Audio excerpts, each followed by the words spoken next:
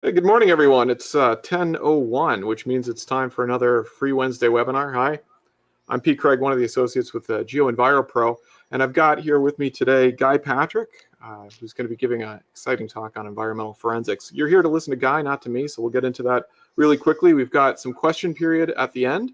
Guy's talk will run about 20 minutes, so we have a few minutes for questions, and then after that, a few notes on this webinar series, which has been very successful and is actually going to continue. So if you want to get involved or you want to learn more, hold on to the end of the presentation.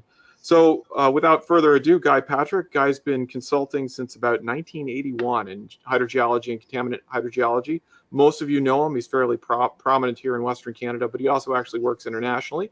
And I know for a fact that a lot of the examples he's given you today come from some of his international legal support work. With that, Guy, do you want to take this on? Yeah, sure. Thanks a lot, Pete. So good morning, everyone.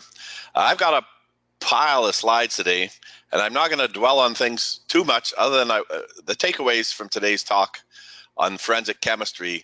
The takeaways are: look at the proportions of compounds in your data set and think about pattern recognition, looking for patterns in the data to try and figure out what's going on.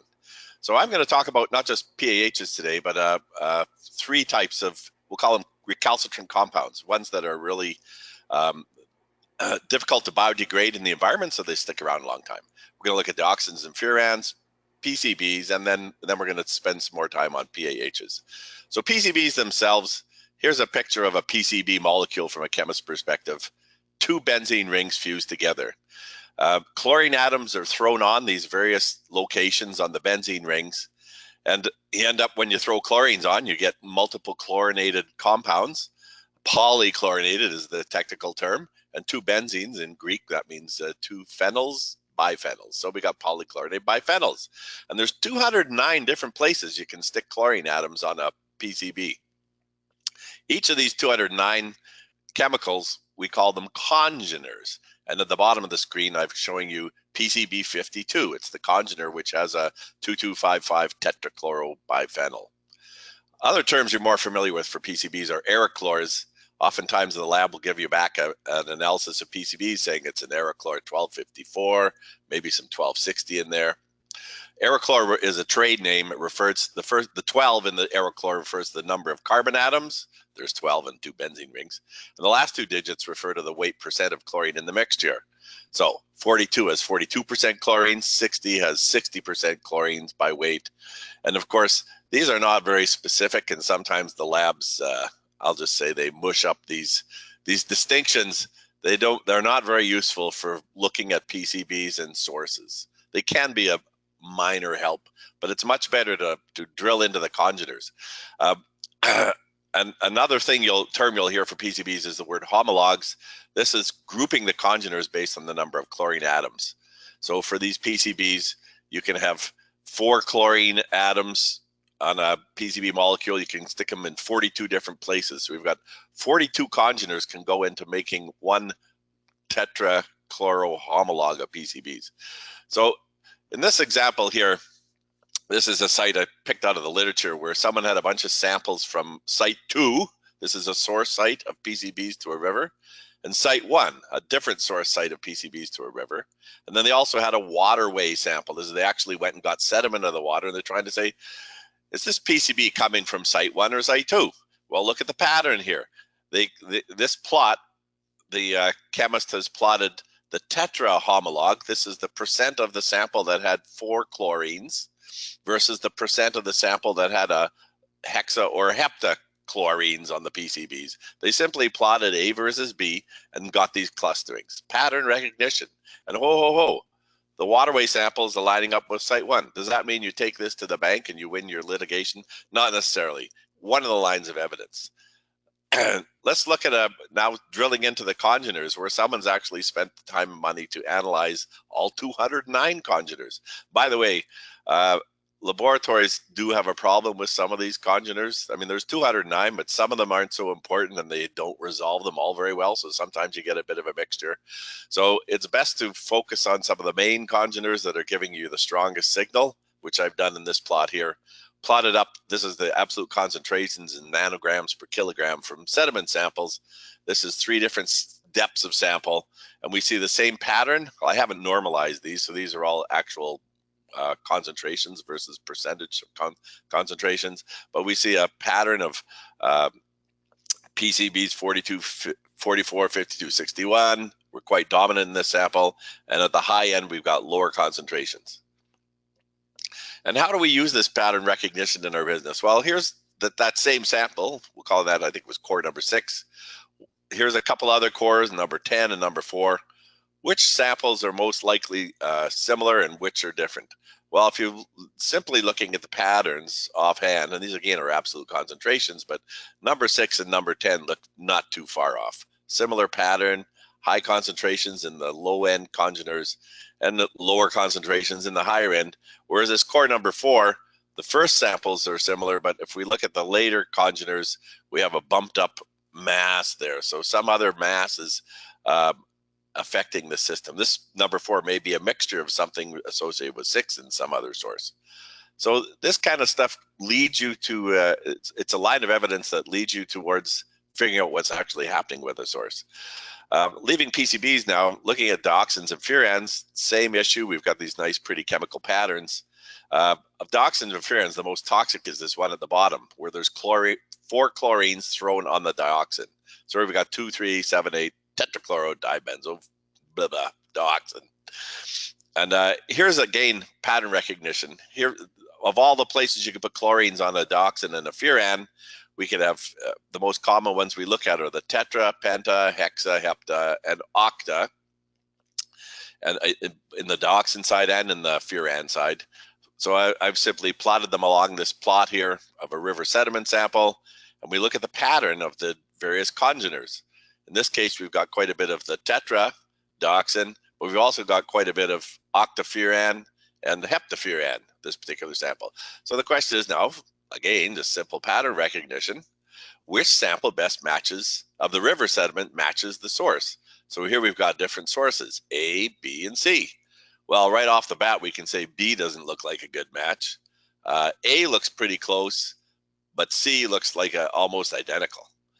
Very, I'll call it compelling evidence, but only one line of evidence that the river sediment sample is associated with source A. Pardon me, source C. Source A, perhaps we see a similar pattern here. If the tetra was a little bit lower, that might suggest that there's a different separate source of tetra getting it.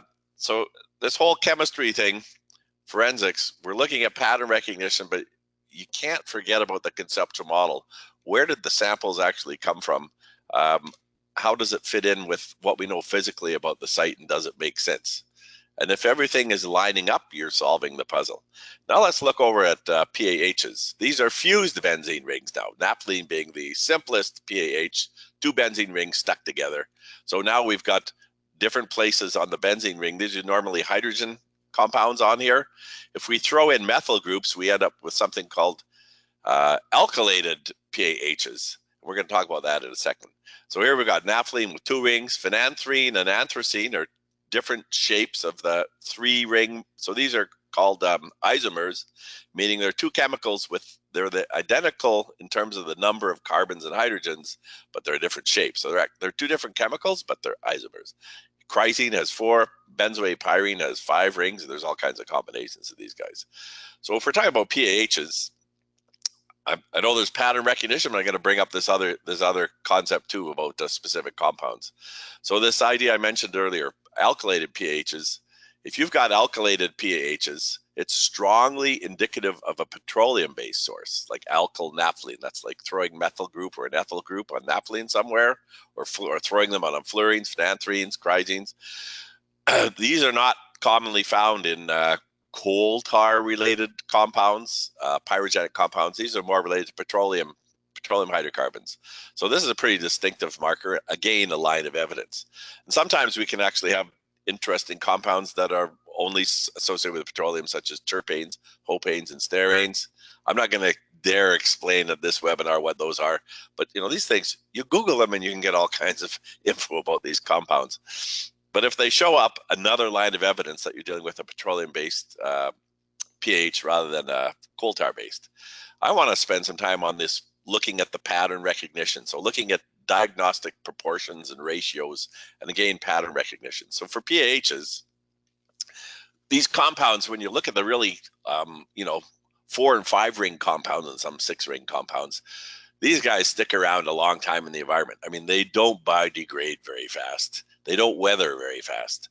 So if we can look at ratios of these things that don't weather, and if they're similar compounds, in this case, we're looking at isomers. For example, fluoranthene and pyrene, they're isomers in that they both have 16 carbons and 10 hydrogens, but a little different shape, a different pattern in the pH. So these then, if they're formed from the get-go, you'd think their ratio proportion is going to stay about the same over the decades, which is more or less the case. So if we look at the proportions of these things, if different sources have different proportions to begin with, after a few decades, we might see different proportions from different sources now. So we can look into the past. So here we've got a whole host of these different types of isomers. Where's the benzoate pyrene? BAP, just for those of you that are wondering, benzoate pyrene here, 5 ring compound, very persistent, very toxic, carcinogen. Some say it actually mimics some receptor in DNA, and that's the cause of its carcinogenicity. So if we look now at that first ratio, fluoranthene pyrene, all I've done here, I've plotted up the number of samples that have a particular ratio. So I've got a histogram plot, and I see that this is like, it looks like a normal distribution. I don't see different ratios, if you will. This normalized population is coming out with a proportion of about, here we got about 0.42. So this is this means we have high fluoranthene, more fluoranthene than pyrene. If I was on the right side of this black line, I'd be more pyrene than fluoranthene. Why do we care? Well, when the ratio is less than 0.5 of this normalized plot, i.e. when fluoranthene is greater than pyrene, we're usually dealing with either a petroleum-based source or a lower heat energy of formation. If I had a coal tar-based source where we had high heat forming these pHs, the ratio shifts and I have more pyrene than fluoranthene, and I would have seen a normalized peak on the right side of that line. And so this concept has been looked at for all kinds of petroleum products and sources of pHs. This particular plot has juxtaposed benzoanthrosine chrysene ratio versus the fluoranthene pyrene ratio we were just talking about. And when you plot up these double ratios, we see we can distinguish compounds that were derived likely from coal-based, high energy heat sources, coal derived, versus petroleum product, petro meaning rock, petroleum-based sources, engine oils, and petroleum sources, diesel on the left side. In the middle, we've got some combustion products. Here we're showing it in the middle zone, coal tar creosote can be on either side of that 50-50 ratio of fluoranthene pyrene. But the benzoanthrosine chrysene ratio is usually quite high. Well, on this plot, we also see something here. There are PAHs that are natural and organic, in this case, plant-derived, and they're way down at the bottom here. There's usually good marker compounds in some of these naturally occurring PAHs that you just don't find in creosotes and coal tars. One that comes to mind is retine, I believe it is. And there's another one, coronine, that usually shows up, for example, in urban environments that have nothing to do with coal tar. So these kind of plots help you with the ratios. Now, I want to give a bit of a case study here, a site I worked on the Great Lakes, an old site that had a manufactured gas plant, and the tar generated from the gas manufacturing process migrated down a ravine and into a lake and caused severe sediment contamination. This site now is in the process of getting cleaned up. This is just a plan map showing you all the blue dots are all the places we had samples with significant PAHs in the sample. And we see on the right side here, the manufactured gas plant MGP source area on the upper right. Concentrations were high going down a ravine, through some filled material and into the lake sediment. So we had quite a mess here. And just this plot alone is a line of evidence that says, hey, everything seems to line up with a source area in the upland. But the question was, and there was litigation around the possibility of another source around the middle here where it says tar dump, possibly associated with wood treating facilities. This was a lumber mill here. And so was there another source getting into the mix causing this contamination, which, the remediating this contamination is tens of millions of dollars. So all this data was plotted up. And this particular plot R1 here, we see the fluorantene-pyrene ratio, and there's that normalized distribution I showed you a second ago. We looked at other ratios and proportions, looking to see if there was evidence of two populations versus one. And here we see two ratios, this benzo A-pyrene to benzo B-fluoranthene, and up here benzo B-fluoranthene to benzo K-fluoranthene ratios. Looked like we had histograms with two normalized distributions, possibly two sources. I mentioned the fluorantene-pyrene, it had a normal distribution. Interestingly, just as an aside, you may not be able to see this on your screen too well, but this nice normal population here suggests one source, and the red and blue dots are just meaning the reds are samples that had a ratio of fluorantene less than pyrene. The blue are greater than fluorantene, greater than pyrene. But everything is quite normalized to a single source. There is a couple outliers here. The one I want to point out, the one on the very right, is way the heck over on the, I'll call it the coal tar side, high energy, high heat formation. And, you know, statisticians, it's easy to just write that off as an outlier. But as a contaminant hydrogeologist, don't write off any outlier. Get to the bottom of these things because they can be very telling. And this particular outlier, and even some of these other almost outliers here, suggested perhaps there was some other source related to coal tar manufacture. This particular plant had a different process it only ran for less than a year in 1917. And the sample happened to come exactly from the spot where this other process was in place for just a few months. And there was a sample that showing up. I mean, instead of being an anomaly, it actually fit the conceptual model, fit the history, and helped us understand what's going on at that site. If we look at the benzo B-fluoranthene and benzo K-fluoranthene ratio, this dual plot, this is interesting. Hey, look at this normalized histogram. Looks like we got two populations. Looks like we got a separate population happening in the sediment, that's the green dots, versus a separate population happening in the upstairs, the red. So maybe there was some other source getting in here. And when we plotted up these ratios on a XY plot, it looked like, again, similar to the histograms, we've got two types of proportions going here. What's going on? Well, interestingly, we also plotted up these ratios as a dual ratio plot. There's another thing you can do to, again, identify patterns. Here we put the BBF BBK ratio versus the BAP BBF ratio. Plot these guys up, and look, we've got, oh, again, we're seeing this two population thing. So, whoa, looks like we've got a couple populations, two different sources. Hey, this is starting to look like we're onto something here. But now a clever colleague of mine took that data and looked back at the lab and noticed that when he plotted up all his data of benzo B-fluoranthene versus benzo K-fluoranthene, and these are all the labs that were used in this, and a lot of labs, right? This site had been looked at up the kazoo for decades. So there was lots of different analyses done on these pHs, and some of the labs clustered parallel, but higher. It looked like some of the labs biased results high versus some of the other labs.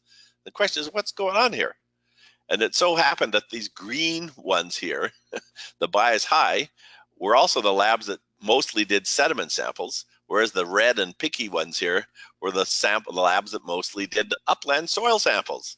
That's just the way the consultants were. They picked different labs for different types of work.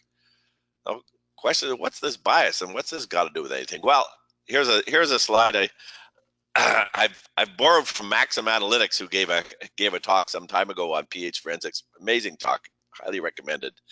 But their lab, like some of the other good labs we have in this country, they recognize that benzo B-fluoranthene, apology, you're not going to be able to read this, but what you're seeing are three peaks: benzo B-fluoranthene, benzo K-fluoranthene. These are the ones that are routinely measured and quantified by labs. But what the heck's this peak over here? Benzo J-fluoranthene. Well, holy smokes. None of us, at least outside of Quebec, where all three of these are summed, there's no standard for benzo J-fluoranthene. So some labs, they run these analyses, and if they can't resolve all these peaks, they all get lumped together.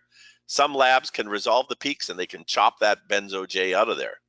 So some labs have them combined, and some don't. Good old J. And what does that mean? Well, that means that you get laboratory bias. Some labs add them in, some don't. So our two-source phenomenon turned out to be an artifact of the laboratory and how they can resolve these isomers or congeners. So that same issue can happen with PCBs, it can happen with Dioxin Furans, and can happen with PAHs, resolving these peaks. So you got to be careful when you look at this chemistry. There's pattern recognition, which is all good, but pull together all the lines of evidence. Think about how things are going when you build your conceptual model. The puzzle pieces all have to fit. You need several lines of evidence, but don't forget the evidence that you get from physically looking at your site hydrogeology and on overlaying with the chemistry to come to conclusions. So that particular pH site I was talking about, there was litigation, and the judge didn't believe there was two sources. She said it was hard to square with the evidence after everything we laid out for her. So the bottom line is that forensic chemistry is useful. It's only one component of the conceptual model, and it can be subject to abuse. I didn't go into the abuse, but it's pretty easy when you, for some of the hired guns to take some of this data and use statistics to pull the wool over your eyes or a judge's eyes. I'm not saying we're all like that, but it can happen. I've seen it. And so this brings up a personal issue I always like to flog. I'll do it here. Consultants, are you an advocate for your client, or are you trying to be a professional giving objective advice? If your client had a heart condition, are you going to tell them everything's fine, go have that pizza and French fries, don't worry about it, I think it's fine? Or are you going to be honest with them and show them what's happening? Anyways, what do you think? So with that, I'm going to wrap up. Pete, I assume you're still there. Yeah, why don't we take a couple of minutes for questions? I want to congratulate Guy. He's substantively done at 10:21, so I think that's you're competing for most on schedule. There's a question function.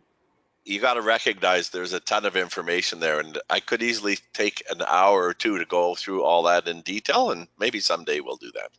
Well, Guy, here. So I was going to urge everybody to use the question function. It should be on a control bar towards the right-hand side of your screen. Bring some questions in. One of the early questions is, hey, how do I get a copy of the slides? We'll talk about this webinar series in a second, and how to get access to recordings and course materials. But Guy, you're how do I ask this as a question? Do you like talking about this with people? Are you available for via email or telephone calls? Oh yeah, yes, of course. Yeah. Okay. As a matter of fact, that's one of the things we want to encourage with GeoEnviro Pro. We'd like to have a discussion forum going. Yeah. So yeah, please email in questions to info@geoenviropro.com, and they'll get back to me and we can dialogue. Okay. So before getting into the next sessions in this and how to have access to the recordings, in terms of questions, let's get some more coming through that question function. But I had kind of two occur to me. Well, three, actually four. No, I have a couple of questions myself. One is you mentioned markers, and I didn't hear also any discussion of isotopic analysis. You want to comment on the full slate of forensics tools? Because what I think I heard here is in torturing the data, we can find a couple of crude correlations, and that someone overly focused on client advocacy could pick just one correlation that fit their case and try to run with it. How do you prevent that, and what's the full suite of tools that you use when you look at multiple lines of evidence? Well, that's a very good point, and that's exactly what can happen. Some of these so-called forensic specialists, when they see something in the data that'll favor their case, they play that up and downplay all the other lines of evidence, and then try and obfuscate the different approaches that that hurt them, so to speak. It's really a forensic chemistry is it's a bit of a, how can I say, wild west out there, in that it sounds pretty high end. There's some pretty smart people out there, but it's pretty easy to pull the wool over people's eyes and bring in all kinds of things to obfuscate what's really going on. So you mentioned isotopes, and you're right. And I'm not an isotope expert here, but the cost of doing isotopes has come way down over the years. So you can look at isotopes of chlorine, you can look at isotopes of carbon, and based on this, some of the sources of some of these compounds have different isotopic signatures, so you can actually distinguish sources just based on these signatures. Another line of evidence when you're trying to sort some of this stuff out. Other lines of evidence, well, statistics I've completely ignored here.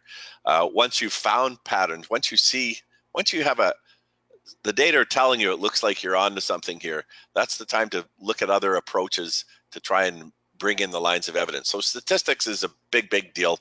I think we've got some, we have some canned webinars on some of these topics already at GeoEnviro. But Dennis Helsel, I've worked with in Colorado, he's been involved in some of this stuff, and principal component analysis, for those of you that know what that means, can be a very useful tool. There's other similar statistical tools to try and tease out mixtures of sources and find out where the original source is from the data, and that kind of thing. So all those things kind of help. And the bottom line, as I said, is this all has to tie then finally back to the conceptual model of the site. It has to tie back to the physical setting, the hydrogeology, source location.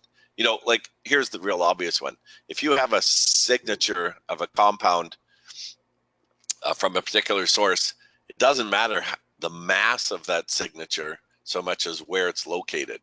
So if you have a big mass of compound B down in one area and a tiny little bit of compound A back at a different area, the tiny little bit may be the key to actually sorting out the original source. That may not make any sense, but it can, you know, people can get confused by volume of tar, for example, versus the actual signatures in the stuff.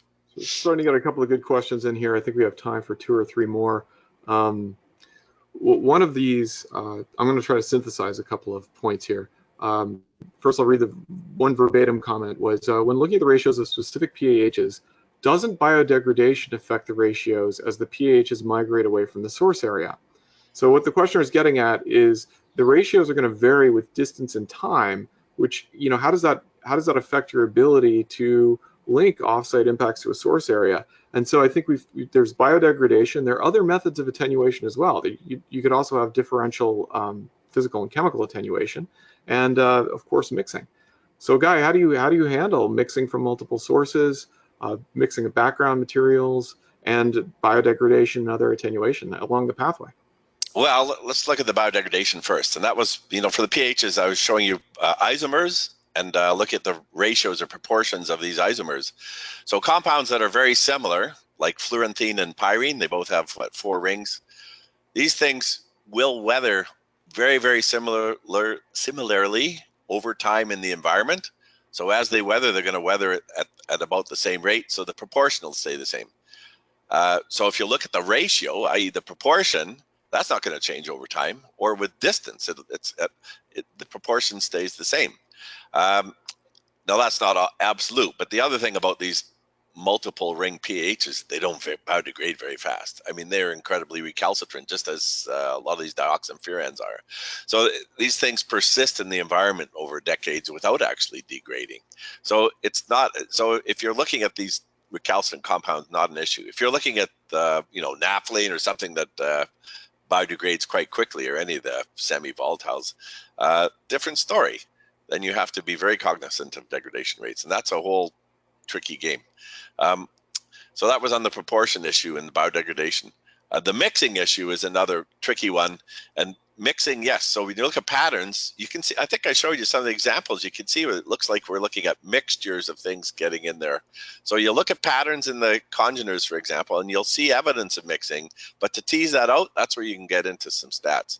And there's some good stats out there, and I don't claim to be a statistician, but there's ways of taking that multiple bits of data, and it'll back out likely sources from these mixtures, providing you another line of evidence to back that out. So which has to make sense in terms of the physical model, the conceptual site model, right? Everything has to tell, all lines of evidence have to tell the same story.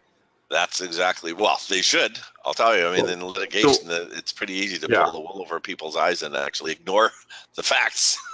But it's being selective, right? You just pick stuff that supports your case, and it appears to be compelling, not because you've lied on any one piece, but because you've forgotten to tell all the other evidence, and that we see that even in the nightly news.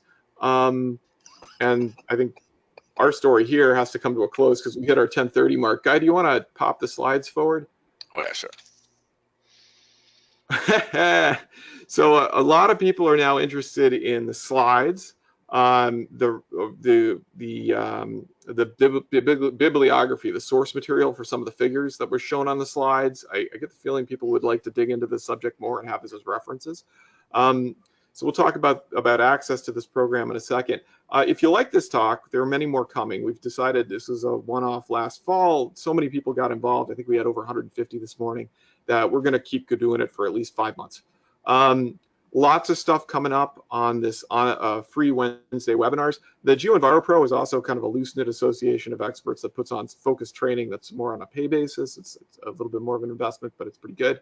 So we do have professional training webinars. You can do them on single topics, including interestingly practical statistics. We also have a bunch of on-demand recorded webinars. They're on single topics, like one-offs, but they're also in packages. So completing a number of packages, get yourself a little certificate, put it on your cubicle wall. There's also might be something to point out too, that a lot of these bundles, the certificates, will have professional development hours. Yep. So for your professional organizations, it can give you a means for audit. Face-to-face events coming up this year. There's definitely going to be a Risk Solutions Symposium in Vancouver in May, so watch for more details on that. Actually, a lot of people from the risk roster will be participating. This is quite interesting. And then later on, there's the annual Contaminated Sites Regulation Update, which is always a crowd pleaser. It's something that's been done every year for quite a while now. Popping on to the next slide. Oh, sorry. Leaving Guy in control. That's a mistake. Sign up for these webinars. You get access to the recording for 48 hours, and you bounce your questions off a Guy. Guy, please send me the slide pack. Another option is this isn't entirely free. None of us are in it for the money. This is more about actually building a professional community and about trying to elevate the standard of practice. But if you want to pitch in about $10 a month or $90 a year, you can be a member, a personal member. There's also premium membership and unlimited membership and corporate membership. The point of going to higher levels of membership is basically to keep this going. You'll get certificates, you'll get free downloads and handouts, and you'll get basically indefinite access to the recordings. So when this pops up in your professional life 3 months from now, you can go back and rewatch the recording and then download the contents or the slide set then. Next slide. Okay, well, thanks, Pete. Yeah, we're always looking for comments, suggestions, new topics, and guest speakers. Guy, do you want to? Well, I'll just wrap up by saying that in terms of references for my slide deck, no, I don't. There's some of those I can give. Some of them they're just data not available. But there certainly are good references I can give you on forensics for gasoline, petroleum hydrocarbons, pHs, etc. There's hosts of good references out there with case studies that you can use to bone up on this stuff. So with that, I'd like to say thank you for joining us, and we look forward to seeing you next time. Next Wednesday at 10 for 20 minutes. Not a bad deal. Bye-bye.